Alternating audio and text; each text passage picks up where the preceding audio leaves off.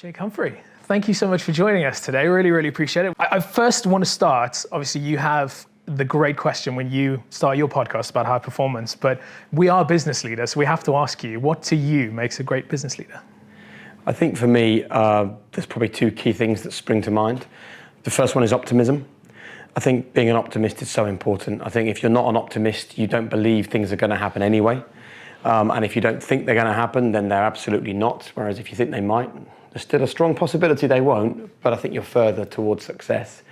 I think optimism also allows people to dream. And I think that's the other really important thing. I'd probably term it exploration.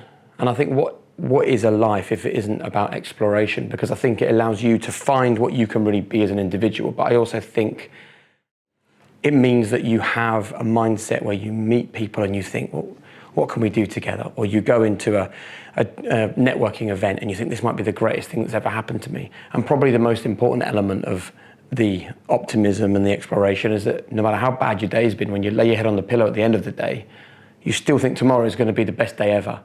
And I think all of us as business leaders need that. I know I certainly need that. You know, I've carried a large production company through COVID. I've tried to build a content brand post-COVID.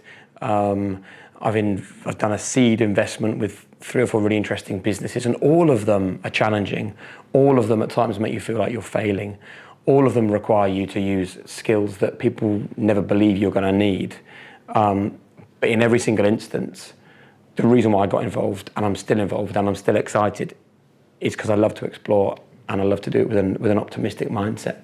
Yeah, no, absolutely. And you know, we'll touch on all these incredible points throughout your career as the conversation goes along. But you know, you wear many, many hats. So could you just give us a little bit of an idea of your background for people who may know you from CBBC, or they may know you from the F1 coverage or BT? Just give us a little bit of an overview. Of course. Well, I'm a very normal guy from a small village in Norfolk. My mum was a teacher. My dad was a charity worker. I was the middle child of 3. And I sort of describe myself as being so normal it was boring growing up. Like, I wasn't awful at school, but I didn't excel. I wasn't in any sports teams. I didn't do any acting or any drama. I think I was probably a late developer, so I very much like floated through in those early days. And I don't know what changed, but something changed at some point. But it was late because I did okay in my GCSEs. I then failed my A-levels. I got an E, an N and a U for my 3 A-levels. And I think this is where luck comes into play, right? And I think it's really important that we talk about this because I think there's so much toxic messaging out there at the moment of people who are successful and all they want to share on their Instagram or their LinkedIn or their socials is, look how hard I worked, look at my abilities, look at my sacrifice, look at my talent, right? The truth is that without luck, none of us are lucky. I mean, none of us are successful. The very fact that we're born in a country like the UK where you can be you and you can explore and you can do things is lucky right at the very outset. The fact I was born into a stable family with 2 parents who are still together is lucky. The fact that as I was failing and struggling at school and my teachers noticed that, I was lucky. And it meant that when I failed my A-levels, I went back to school to retake them. And on the day that I returned, a local TV company had a letter and they were looking for people to go and help out on a TV show. And I messed up my exams, right? All my mates that had gone off to university or gone traveling around the world. So I was like, well, I've got very little else. I've been fired from McDonald's a few months before for a lack of communication skills. Can you believe that? Which I still think is hilarious. In fact, I got an honorary degree, a doctorate from the UEA, and I drove past the McDonald's where I got fired, and I just gave them the bird as I went past. And so I ended up working at a local TV company called Rapture Television while I was retaking my A-levels, and then we can talk in detail about risks and taking a leap. Like, I had a place at university and I took the leap to not take that place, and I went and worked for about $5,500 to $6,000 a year at a local TV channel. That led to Children's BBC. That led to me getting an opportunity as a Formula One presenter, and I remember distinctly feeling that was a step too far for my talents and my abilities as a broadcaster, although I was excited to do it. And I remember standing actually in the pit lane in Australia in 2009. I was in my late 20s. I was young to be hosting that. And I remember hearing, the famous theme tune, The Chain, bow, bow, bow, ringing down my earpiece. I was on my own about 2 kilometers from the production team, standing there, and my boss had said to me, everybody will make their minds up about you as the new face of Formula One in about 10 seconds. And I felt that, and I remember thinking to myself, I'm only here because I failed my A-levels. And I actually carry that with me now. I moved on there to BT Sport. And again, my boss said to me a few weeks before we launched, she said, BT have paid £1 billion for the rights to this football and it all rests on your shoulders. Are you okay with that? And what grounded me was, well, I'm only here because I failed my A-levels. While I was at Formula One, I set up a production company called Whisper. It's now called the Whisper Group. It's got 300 plus staff, turning over tens of millions of pounds a year, really purpose-driven content creation business. I'm only doing that because I failed my A-levels, and then just before COVID created the High Performance Podcast, which is now so many things more than just a podcast, only because I failed my A-levels, and that's why I'm sitting here talking to you, because of the day that I got those exam results. Yeah, it's such an incredible story. And again, those touch points throughout your career have been so pivotal, and that's so inspirational. But I want to go back to that moment that you were fired from McDonald's, which is just, like you said, a hilarious story itself. Yeah. Can you take me back to, I presume you were about 16, 17 yeah. then? Can you take me back to that and kind of, how did you feel? Can you actually get in touch with that 17-year-old kid and be like, just to let you know, in future, you're going to be doing all this incredible coverage, you're going to be living a dream that you didn't even know you had? I can absolutely get in touch with that 17-year-old kid, because I still feel like that 17-year-old kid. And I think that's a really, another really important thing we have to talk about when people have perceived outside success, right? They're still the same person that they were. And one of the things that I get thrown at me on social media, which is no surprise because everyone gets shit on social media, right, is, oh, you're so smug, or you love yourself so much. And I assume people think that because they think if they did the same job, they would love themselves. Or it's easy to assume someone is hyper confident and really in control of their life if you see them, commanding a live sports show on the TV, standing alongside some of the most famous footballers the country's ever produced, right? But actually the truth is that I'm still that 17-year-old kid with the same doubts and the same fears and the same worries that the whole thing's going to be taken away. I feel every single day like I'm an imposter. I walk into this room to speak to you and think, what on earth do they want to know from me about what it takes to build and create a business, or to drive a culture, or to find happiness in your life? I'm surprised every day that high performance has been the hit that it's been. I'm shocked every day that I managed to have, a 25-year broadcasting career, and that's not over yet. So it's really easy to get in touch with that kid, and I think the risk in life comes when you lose the sense of who you actually really are. And I think so many people get themselves wrapped up in feeling great about themselves because they've done great things. That's wonderful when it's happening and it's positive. What happens though when it's negative? If you allow yourself to grow with the great stuff, you have to allow yourself to collapse with the bad stuff. And the truth is that you are so much more than the job that you do for a living. The people that are listening to this are so much more than the business person they are, or the entrepreneur. What are they really? They're the son, they're the dad, they're the partner. That's what they are. And if you were to say to me, what are you? First and foremost, I'm a dad of 2 amazing kids. Secondly, I'm a husband to an amazing wife. Thirdly, I'm a son to 2 remarkable parents. After that, I think I'm a great friend to people, and one of my big things is to be present. So when me and you are having this conversation, we're having this conversation. I see too often people on their phones, or they're not really present. And after all of those things, after all of them, I am Jake Humphrey on the telly, Jake Humphrey the podcaster, Jake Humphrey the business owner, but I'm also equally Jake Humphrey who was fired from McDonald's, Jake Humphrey who still probably feels a trauma from losing his grandmother to suicide when he was a teenager, Jake Humphrey who was bullied at school and had to change schools. I'm still all of those other things as well. And I'm not, if I'm amazing because I've had a good TV career, then I must also be awful if I'm no longer on the telly. You can't be one or the other. Who you are is none of those. And with the High Performance Podcast, you're talking to all these incredible people, and it's almost reinforcing those validations and those feelings that you have. But how much do you actually work at having that mindset? Because it's one of those things that would be great to say in front of a camera and be like, that's fine, but then you go home and you kind of lose yourself a little bit. How much do you actually work at that, or is it kind of innate as part of your nature? I think I'm really lucky that I have that humble upbringing from a a small village in Norfolk. I'm lucky that, my sister works for the NHS and grafts like you wouldn't believe. I'm lucky that my little brother Tom runs a framing gallery in Norwich, and he has to fight for every penny that he makes. So everywhere around me there are like reminders of who I actually am, right? So I don't get carried away when I've had a great time on the television. But I think when it comes to having this mindset, I think what is really encouraging about this is that you're not born like this. Like, high performance isn't born. Like, of course you can have innate talents, right? But there are enough people that throw away their innate talent.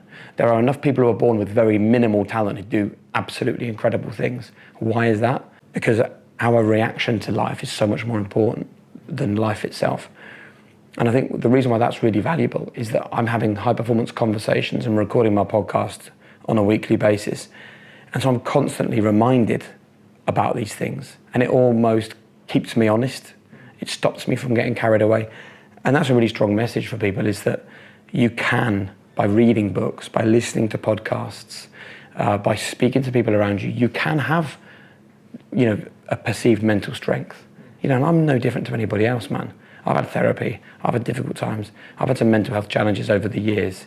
They're all still like floating around, probably just beneath the surface, but really strong, encouraging, positive, uplifting, optimistic messages. It almost feels to me like it rewires your brain, and definitely. I feel like and so let's grateful go kind having of these back, sticking on the business leader theme. You get the idea for Whisper. Kind of tell us about that kind of early journey. And the other thing that really, really stuck out is that you've taken no external investment prior to Sony. But just tell us a little bit about those kind of early days of Whisper. Again, it was probably born out of naivety. So I was hosting Formula One, and I was working with this guy called Sunil Patel, who to this day is the CEO of the Whisper Group. And he's one of those rare people that can do amazing things in the creative space, but actually gets it done as well, rather than someone who can get stuff done, but they don't think mad, whereas Sunil thinks like crazy, wild ideas and then makes them happen. And I do think that people don't think big enough in life. I do think that without even knowing it, we're restricted by what other people have done before, and we assume that if it hasn't been done, then it can't be done. Whereas actually that's not really true. So BBC Sport were closing down their offices and moving them to Manchester. And Sunil didn't really want to move to Manchester. He had a young family. And I don't really know how it came about, other than I have a vivid recollection of me standing in the pit lane in Monza. And I said to him, well, let's just do our own thing. Why don't we create our own production company? And the reason why we'd thought about this is that at the time there was lots of production companies that were working with brands in Formula One. And the way it often works is they have, because they're sponsors, right? They have access to drivers, access to the teams, access to tracks. So they would come to us and say, we've got this amazing opportunity with these two drivers doing this really cool thing. Would you like the content? And of course, we'd be like, yeah, we'll definitely have the content, and we'll put it on the BBC as part of our show on a Saturday or a Sunday. Then it would arrive and it would be plastered in advertising, can't be on the BBC. Poor video quality, poor audio quality, no story, no depth to it, and it was just not very good. And these brands were spending millions of pounds on this content that was just not good enough. And it used to frustrate us. And then me and Sonny were like, why don't we go to these Formula One teams or to these brands and say, we will produce quality content that I promise you will be good enough to go onto the BBC.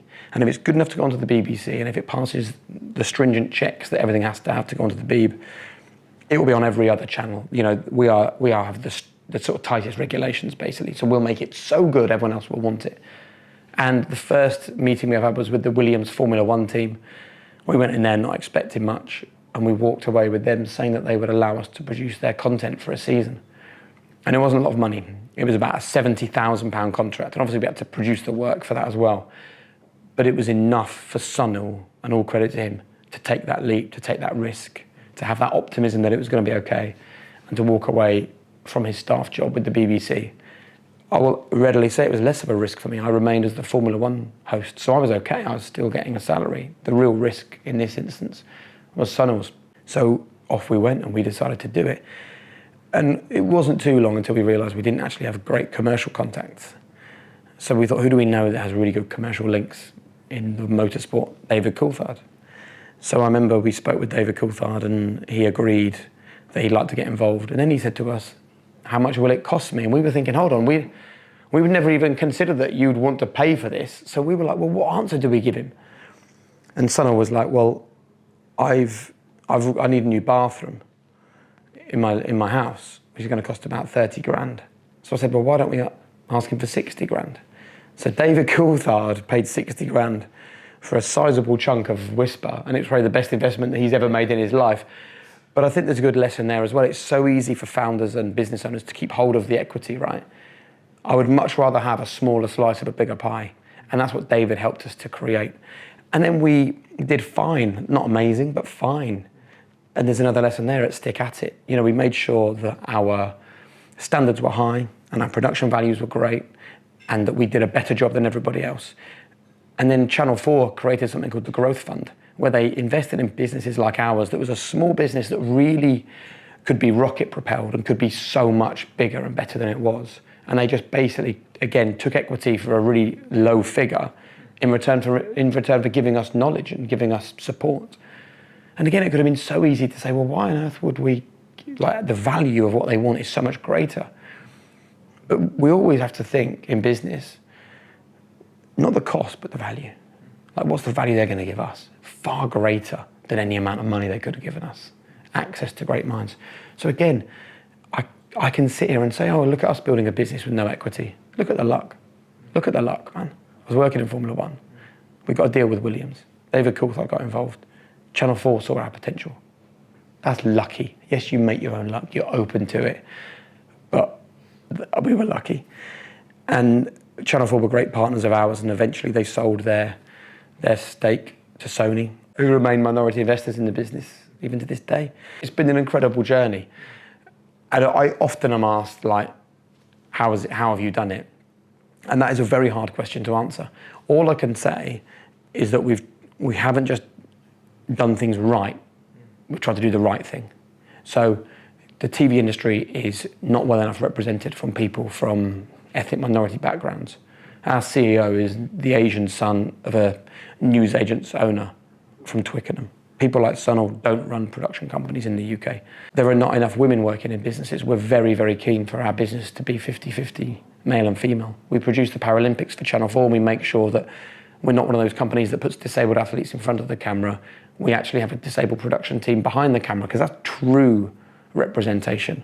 We have a great mental health package for everyone that works for us. We have a really cool onboarding process. We have this awesome booklet notepad that everyone gets given, and the first 7 or 8 pages are colour photographs about the ethos and the growth and the passion and the purpose behind Whisper. We create internships that supports people that would never get an opportunity in the industry. I have a scholarship at a university near me in Norfolk, which is only open to people who come from a low-income background. None of those things guarantee you're going to have a successful business, but all of those things are daily reminders of your purpose. And if you can have a clear purpose, then other people will understand what you're trying to do. They will believe in it, they will buy into it, they will support it. And there is no business without other people's support. In our case, people wanting us to work for them and to commission us to produce content. And I think that it comes down to the value versus the cost. Like, it's hard for us to put a true value on doing that. But I certainly believe and, that you know, again, if I just think production about company some like of the things that you said about in the UK, you know, if not the doing world, and it, that for is, example, that is going what's out made there. the difference to us. You know, you've had these incredible discussions throughout kind of that journey, but you've also said that you're someone who suffers with imposter syndrome. When you were going into those meetings, did you have anything that you'd say to yourself, or just some kind of reinforcement that maybe someone who's having a difficult discussion that needs to try and get partners on board or investors or something like that, something they can almost just reinforce before they go into those meetings? Yeah, absolutely. I mean, I would say we're always told, aren't we, imposter syndrome is a bad thing. You don't want to feel imposter syndrome. Don't be envious of other people's success, right? Don't have doubt. Self-doubt's a bad thing. I would flip all of that on its head. And I believe that flipping your thoughts is really valuable. In fact, I know it's really valuable because it meant when I was going into those meetings, I was flipping those thoughts, right? So let's take imposter syndrome. Like, do you have imposter syndrome? Yes. Like, feel that you're, like, when you sit down to do an interview or something, you've got those right. Do you have imposter syndrome about whether you can cook a ready meal? No. No. Because it's easy and you don't really care. You know what you're doing, 1 minute, 3 minutes, whatever. You have it about this because you really care about this.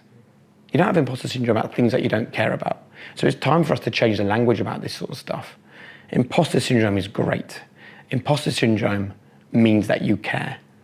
Therefore, instead of calling it imposter syndrome, reframe it as I'm a bit piqued by this. How fantastic is that? You found something that you care about, you found a bit of purpose, you found a bit of passion, you're piqued. Envy is another one. Envy, and it's so prevalent now, and it's so important, particularly for people who are starting out on their business journey, because they will watch this and be like, oh, flicking hell, he's in his mid-40s and he's got these 3 or 4 businesses on the go and he's had a successful TV career and he's made it. It's so easy for him to sit now, so envious of what he's done. Ask yourself why you're envious. You're envious because someone else has something that you want. Now it's about making sure that you look at it in a valuable way. It does you no good at all to sit there and bubble up with anger, scrolling through Instagram, seeing other people's success, thinking, well, it's never going to happen for me. The way to look at envy is to see it as it's like a mark on the map. It's a thing that you want. It's great. My daughter really wants to be an actress, and we went to the theatre to watch the panto, and at the end, I said, what did you think of it? And she said, I hated it at the end when everyone was clapping. I said, why? She goes, because I really wanted to be on the stage and everyone was clapping me. And my wife immediately was like, Florence, don't think. I was like, no, actually, how great is that? There is your North Star flow. There's your envy, that you care about this. So do you know what? Apply hard work, explore, be optimistic, be dogged, don't take no for an answer, be consistent. We can talk about consistency, it's the secret sauce. It's great. So I was flipping these thoughts, probably without even realizing it at that early stage. And then we've had people on the podcast over time who've spoken about this again and again and again, and it genuinely works. So just have this mindset, if you can, that life is not the things that happen to you. Life is how you react to those things. Easy to say, less easy to do, but it's doable. Like your reaction to the things that happen will determine the outcome. Again, every business person watching this, every entrepreneur who's going through, no matter where they are in their journey, talents and putting the right people around you and people that you can trust is such a big thing. And I'm sure you would have gone through that with Whisper, but something that keeps coming up with us on our podcast and various people that we talk to is these leaders are almost getting frustrated because the staff that they have, or the senior management team that they have, don't think the same way that they do, don't have the same drive that they do. And a lot of people get quite frustrated with that. And, why can't you just do, if I was in this position, I would do that. But to grow your business, you can't do everything yourself. Tell me a little bit about how you've managed that, whether that's your personal experience or whether people that you've kind of chatted to in the industry. If you're a business owner and you're frustrated that your staff are not as committed and as dedicated or as on the journey or as plugged in as you, then you're kidding yourself to think there'll be anything else. Why on earth would someone earning a salary be committed to the same extent as a person with equity? And who, when that business grows and they sell for millions and go and live on a yacht, why would a person who basically, when your business is successful, it means they have to work harder, why would they commit the same way? So how do you solve that equation? Well, there's 2 things, right? My approach is you share the love, you share the equity. So High Performance is a really young business, right? But already I've given, not sold, given equity to the entire business. Every single person that works there has a share of it. It's a partnership. Why? Because I want them to come on the journey. If they do incredibly well, then they should get rewarded. And I will also get rewarded. Again, it's all that idea of having a slightly smaller slice of a bigger pie. Let's go on this journey together. It's way more fun as well. It can be very lonely being a leader, very lonely being a CEO, very lonely plowing that furrow, particularly when you feel like people aren't on the journey with you, but they won't be unless you bring them. So that's the first thing. Share the love, share the equity. Sometimes that can be difficult. So if you're unable to do that, if there are restrictions in your business, if you've got other investors and it just isn't possible, then it's about sharing the journey and sharing the passion and sharing the why. We had Simon Sinek on High Performance, and I would recommend anyone to listen to that podcast when he talks to us about how to find your why. And on the High Performance app, he taught me through it and explained to me how I find my own why. You need to talk to your staff about that. Communication is absolutely vital. You need to find not just their why, but you also need to find how you can explain the passion that you have for your business to them. So you need to make sure that they understand the bigger picture, but also you need to understand that they might just be with you for a short amount of time. They might work for your business for 6 months, 6 years, right? So your job actually isn't just to wring them dry and go, thank you so much for giving me all of your knowledge, all of your hard work. I've exhausted you. You haven't got a partner. You haven't got any family. You haven't got any friends because I've taken everything you've got. Off you go. What a horrible way to create a business that is. The best way to do it is to say, I will give you as much as you give me. So the more you give to my business, the more passion you feel, the more understanding, the more I'll build you as a person, the more training courses I will go on with you, the more people I will put around you to mentor you, the more I will introduce you to other people who may well come in and steal you from my business. But you know what? Life is about more than my business just being successful. Life is about, at the end of my life, being able to sit there and go, I did okay, but also I took so many people on a great journey and they took me on a great journey. Like, that's what it's really about, right? So that's the first thing, sharing the love. The second thing is how you hire people. It's really hard to hire people and get the hire right. It's almost impossible. Like, what's the actual chances of you, for example, wanting to find a really good chief commercial officer for your carpet business in Scunthorpe, right? What is the actual chances of you finding an amazing person for that job? By putting out a post and advertising it, reading some CVs and doing an interview, like, slim. But you get it wrong, and what's it going to cost your business? 18 months, 2 years to unpick it and find someone else? So right back at the start of this conversation, we spoke about exploration and optimism, right? I am, I suppose in some ways you could say I'm always hiring, right? I'm constantly meeting people, getting to know people, understanding what makes them tick. I had a meeting just now, and 5 or 6 incredible things came out of that meeting about connecting people, connecting them to Coral Eyewear, the eyewear brand I'm involved in, connecting them into high performance, connecting them into Whisper. Like, there's loads that we can do together. And so it may well be that person ends up working for me, or I might end up working for them, right? But that's so much more valuable and rewarding than going through like the linear traditional process of hiring people. So I think that's really important. Have that mindset all the time that anyone incredible, there might be an opportunity to work together. And by the way, you could only find that out by asking questions of other people. And that takes me on to my third point really, which is be better at asking questions. We need to teach kids in school, instead of answering questions better, we've got to teach them to ask better questions. Well, there's nothing more important than asking good questions. So be good at asking questions. Like, when you meet people, you will only find out about them by asking them things. And I have so many messages every single week saying, hi Jake, I know you're really busy because you've got all these things going on, but I'd really love you to be part of my new business adventure. Or I'd really love you to support me. I'd really love you to mentor me because it'll do this, and this for me. And I love the idea of doing that. I sadly don't have the capacity. But I think what people also have to remember is, like, what's in it for the other person?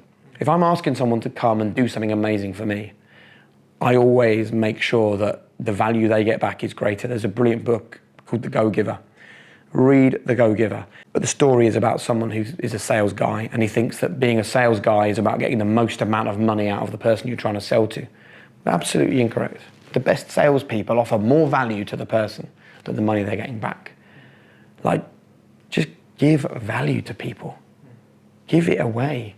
Like, leave it all out there. I don't think you can go far wrong.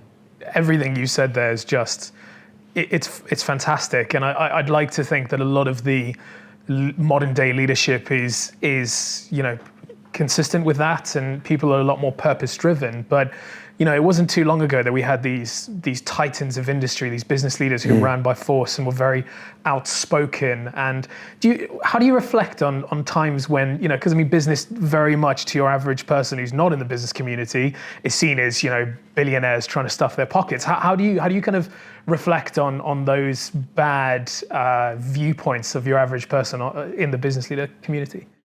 I feel again very lucky that I'm operating at a time where it isn't like that on the whole. there still are people that run their businesses in what I would consider to be an outdated or archaic way. And I suppose the difficult thing is that some of them are really successful. So I can't sit here and say, if you run your business like a bastard, you're going to fail. And if you run your business and you give great value and you look after other people and you care about your staff, then you're going to be successful, right? Sadly, it isn't as black and white as that. So all it really comes back to is what drives you, what gives you a buzz. And I can promise you this, making money is almost at the bottom of the list. I actually think that making money is a byproduct of doing things right. That's how I like to think. Yes, it's a bit fairy tale, and it's, you could argue, what a load of nonsense, just drive hard on your business, graft, work every minute, every day, sacrifice everything. And yes, you can have success that way. But it doesn't speak to me, and I don't think it benefits the person that's done it. I don't think it benefits the people around them.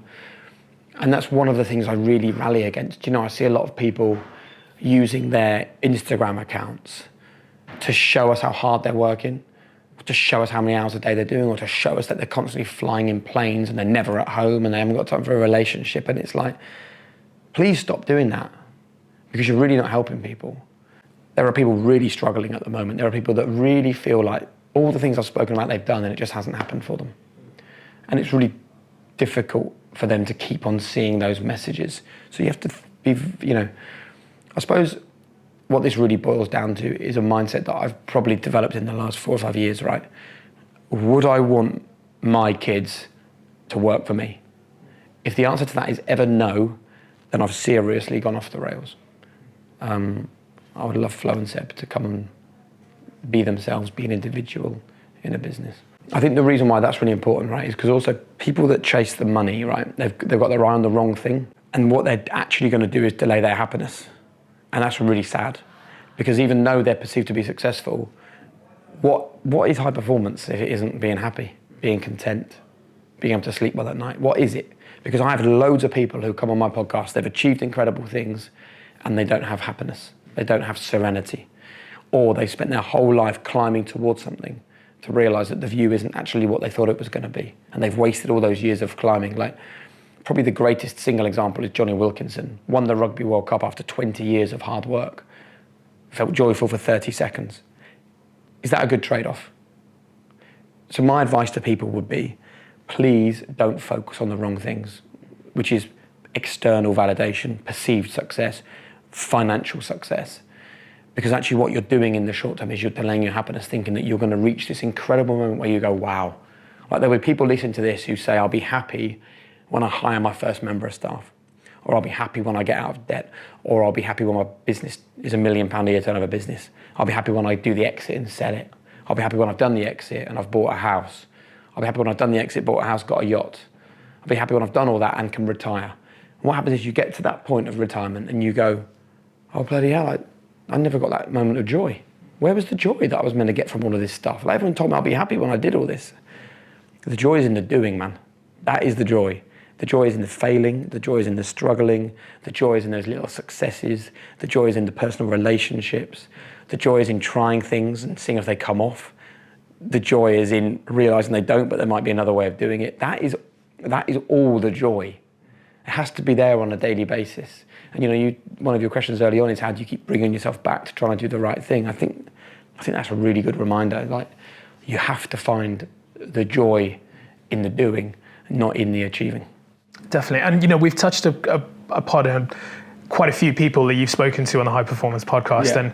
And like you mentioned, it was just before COVID that you started it. But how has your mindset changed? Did you go into the High Performance podcast trying to do something and then it's changed over time? Or, because you've almost brought yourself on this journey of talking to these incredible people, and I'm sure that must help you personally, but how is your reaction and kind of what you were expecting to get out of the podcast for your audience? How has that changed over time?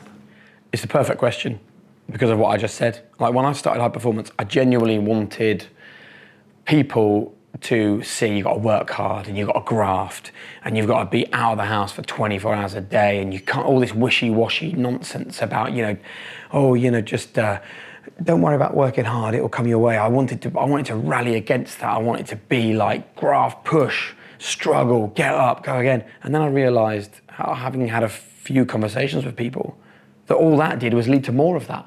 You know, again, I can go back to the most incredible conversation with Johnny Wilkinson, where he said to us, he thought that like struggle and failure and getting knocked down and clawing and for that inch and trying to be successful would eventually lead him to success. But all that stuff does is just push you down further, leave you clawing more, leave you struggling even more. It's not actually about what I thought it was about. I genuinely thought it was about the sacrifice and then the reward. Why do you have to sacrifice to get the reward? Why can't we look at business in a different way? Why do we have to look at some things in life and think it's really important to be rounded, but then when it comes to business success, we love to talk about this inability to balance everything. You can't be a great present parent and a brilliant partner and a successful business person. Of course you can. You absolutely can be one of those things. And it just brought me back to the fact that high performance is actually about happiness. And then I sort of found myself questioning the title of the podcast.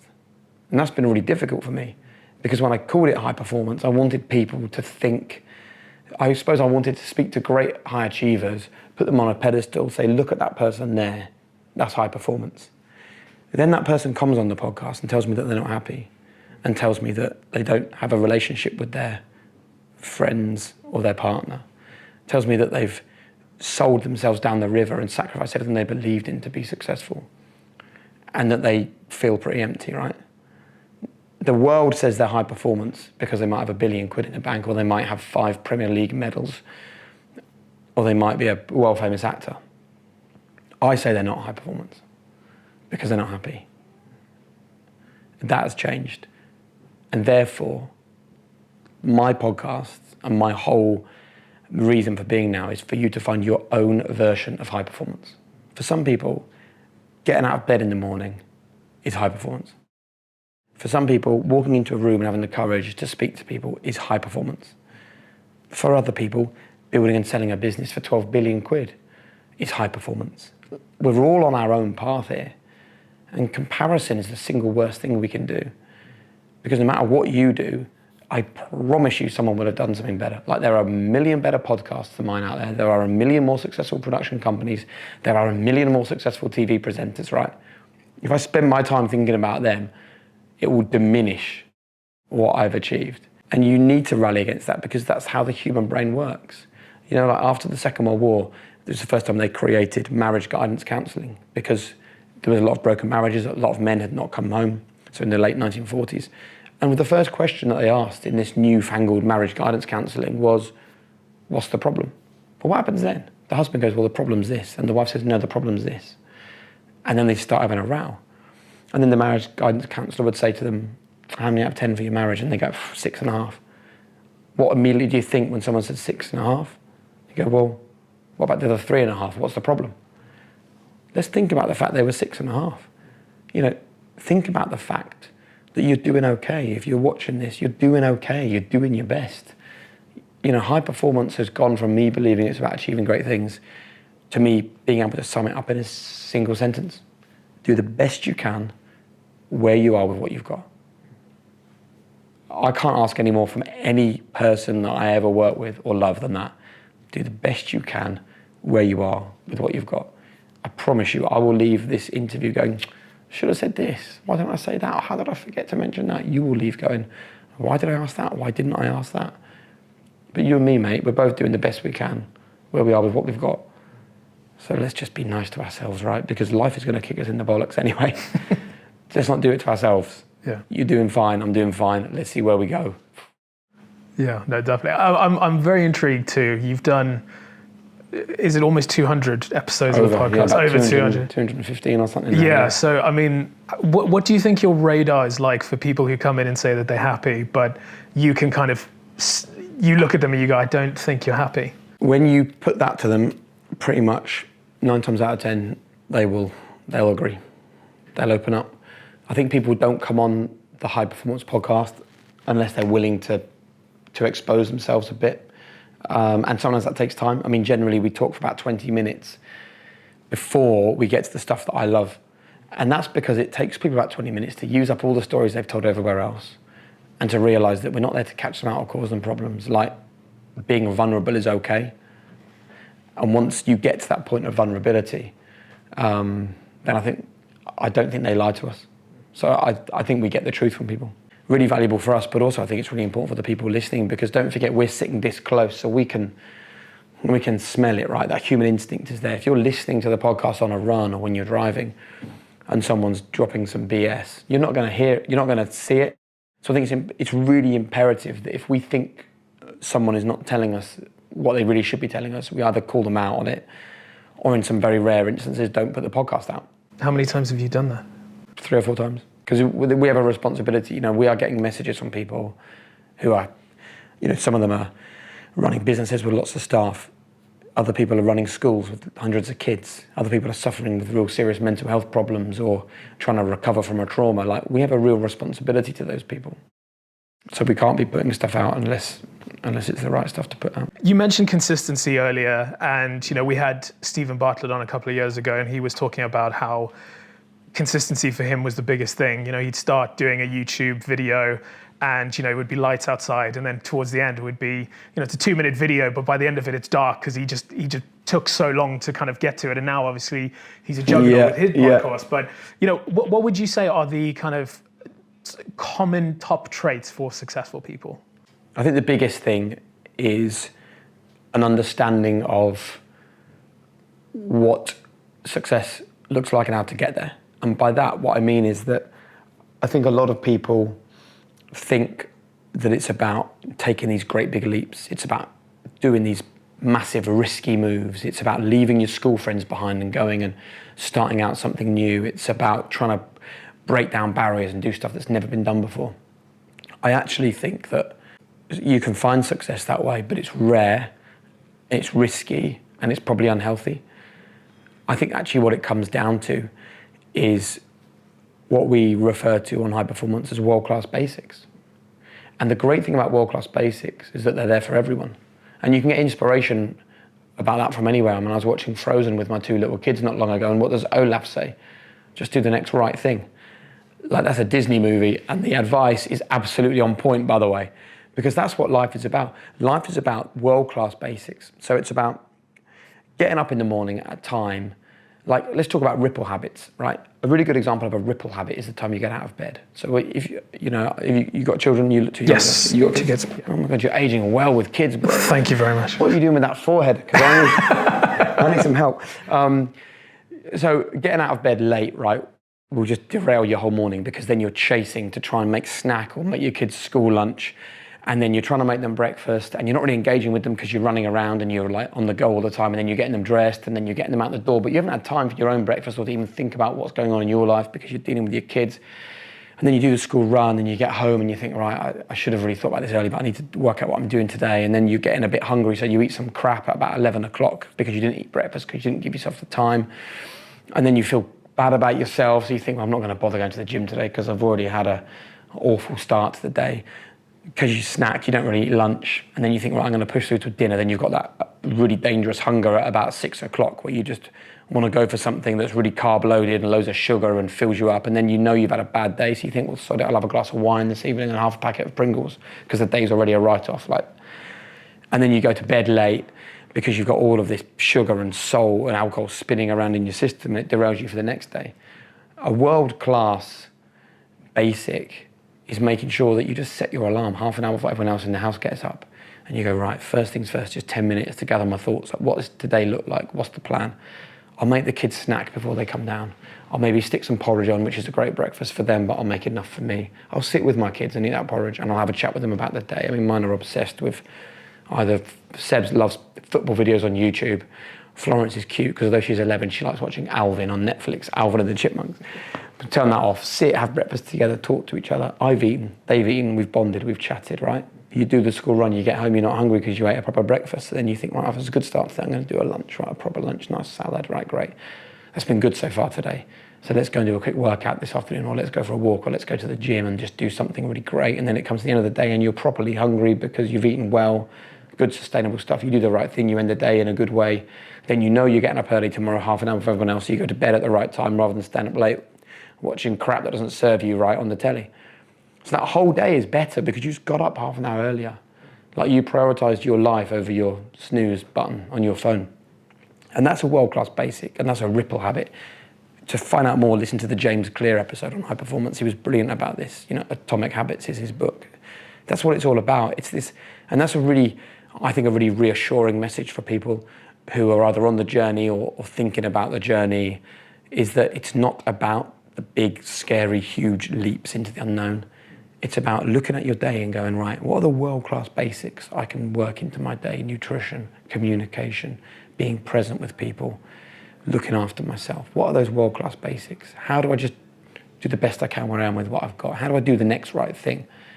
If you do that and you marry that with some optimism and you hoover up people around you and you constantly get good at asking questions rather than answering, if you're better at listening than you are at talking, if you found out your why, if you live a life with purpose, if you sell that purpose to other people around you, if you share your success and you give away either equity or cash and you reward the people around you, not only, I believe, are you more likely to get to the destination that you want to, but you're going to enjoy the journey on the way there as well.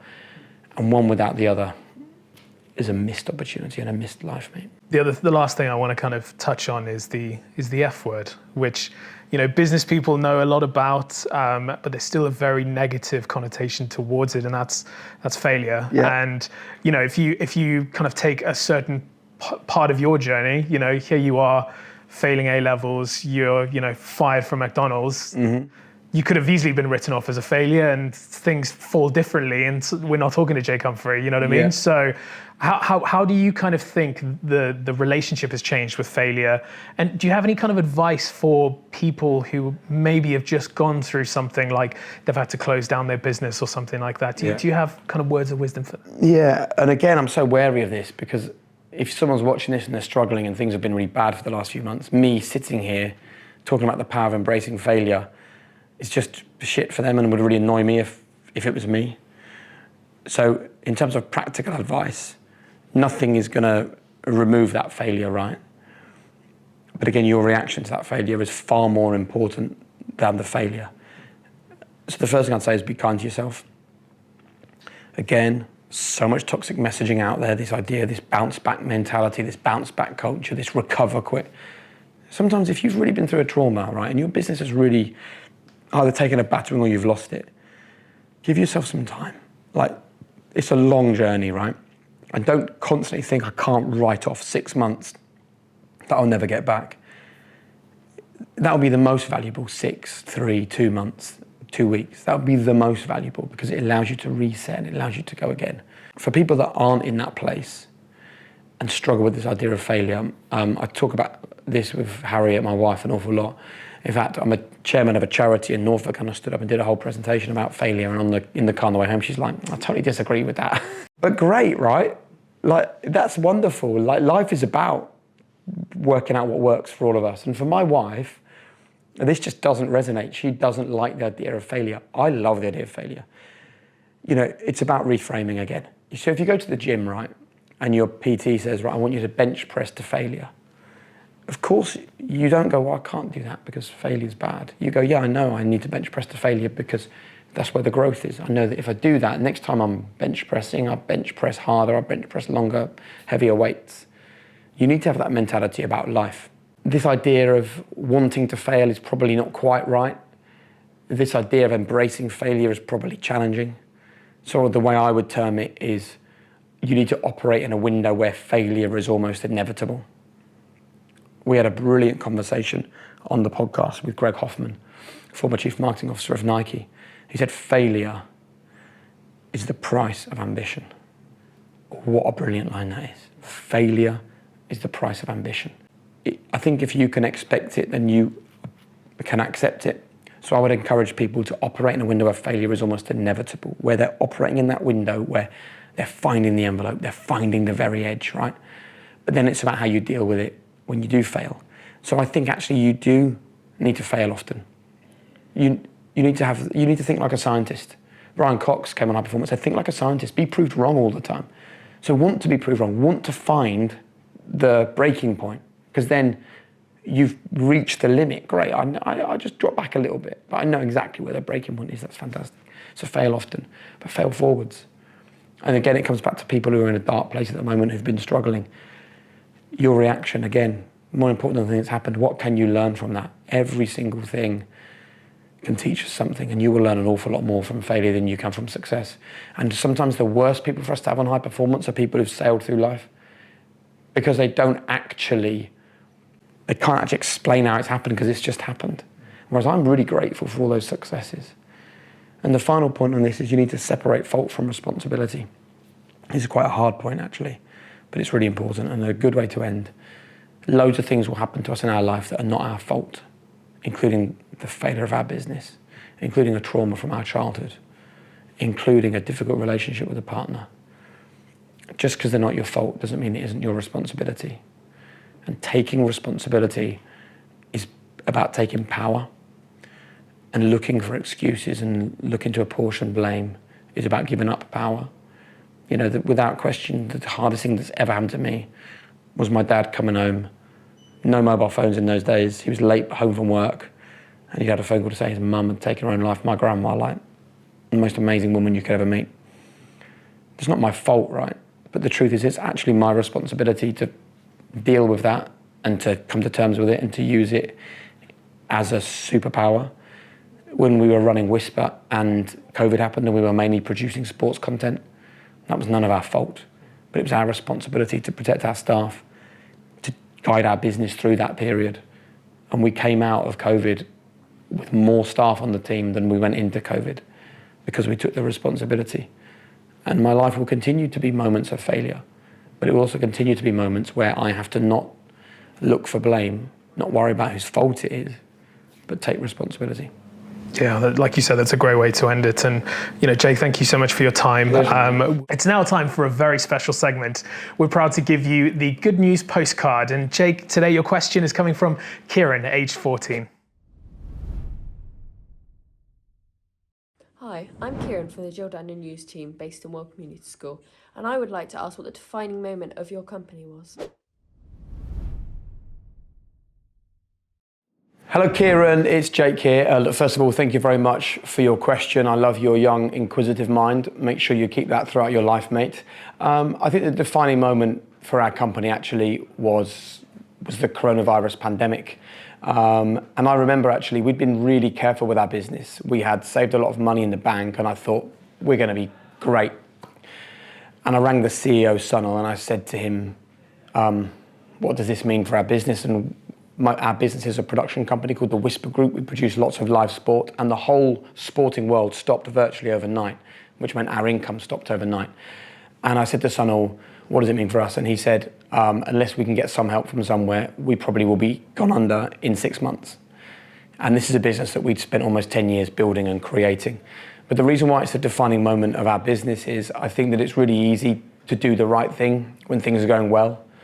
It's actually much harder to do the right thing when things are hard. You know, for someone like you, it's actually much harder to stand up for someone in the playground at school than it is to float through school and be successful, right? So actually doing the right thing in the difficult moments is what really matters. And we could have easily just thought about how do we save our business, but actually we realized that it wasn't really about our business. It was about the more than 100 people who were working for us at the time. So they became our focus.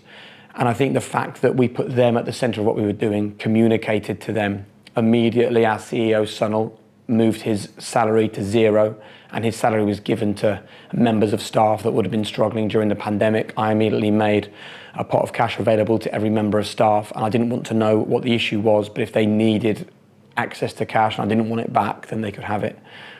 I think it was us doing the right thing at Whisper in that moment that meant when we came out of COVID, people in the industry knew that if you worked for us, you would get looked after, whatever the circumstances, that we were a people-first business, not a profit-first business. And it was about the outcome, not the income. And I'm pleased to say that the business is now thriving after COVID, and it was a great reminder to us that if ever we were in a really sticky situation again, we do the right thing. We don't just look after ourselves, we look after everyone else around us, and I think that's probably a good lesson for life. Cheers, Kieran. That is a brilliant answer to a brilliant question. Thank you so much for that, Jake. And, thank you so much for your time again. It's been absolutely brilliant talking to you. Do you have any final words for our audience today? Yeah, I would just say it's all there for you. I really would say that. And I think that sometimes, again, that can sound trite if people are in a difficult situation at the moment. But the point I'm trying to make is that I want people to recognize that there is nothing special about me. Right, I didn't come from a special family. I have no special talents. I don't have any amazing ability that nobody else has. And if I can do the things that I love doing, then you can as well. And it's about finding your why, finding your purpose, being single-minded at chasing it down, and not allowing the modern world to put stuff that shouldn't be important as the most important thing. 100%. And where can people follow your journey online? They can track me down on Instagram, Jake Humphrey. They can check out whisper.tv, or they can go to thehighperformancepodcast.com.